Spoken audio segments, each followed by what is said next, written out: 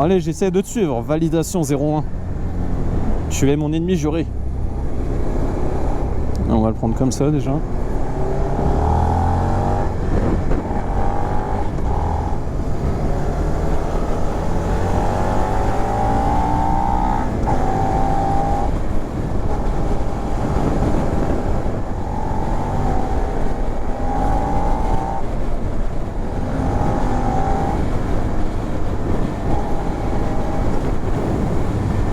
Ah, je vous jure que je préfère la SV à la 790 Duke, parce que la Duke, j'avais sincèrement l'impression qu'elle était bridée, alors que celle-là, non, parce qu'elle envoie vraiment bien. Elle envoie bien. On sent que le moteur il gueule et que ça avance en fait. On sent que le moteur il a son plein potentiel. La Duke, tu sens que merde, il manque un truc quoi. Il manque vraiment un truc.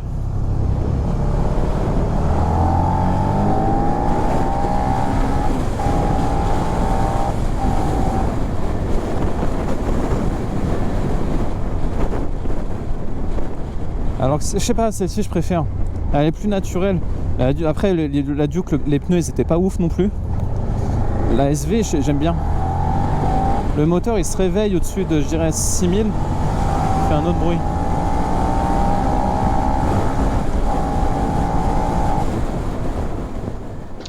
Enfin, j'ai enfin pu essayer la légendaire SV650.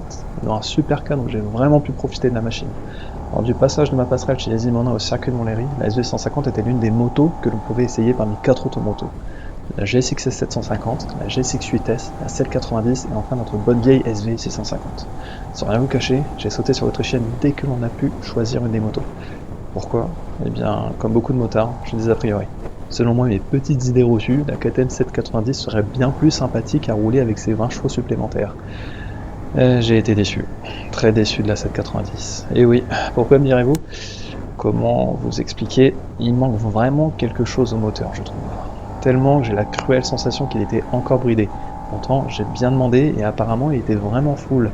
Donc, s'il n'est pas bridé, c'est très très grave.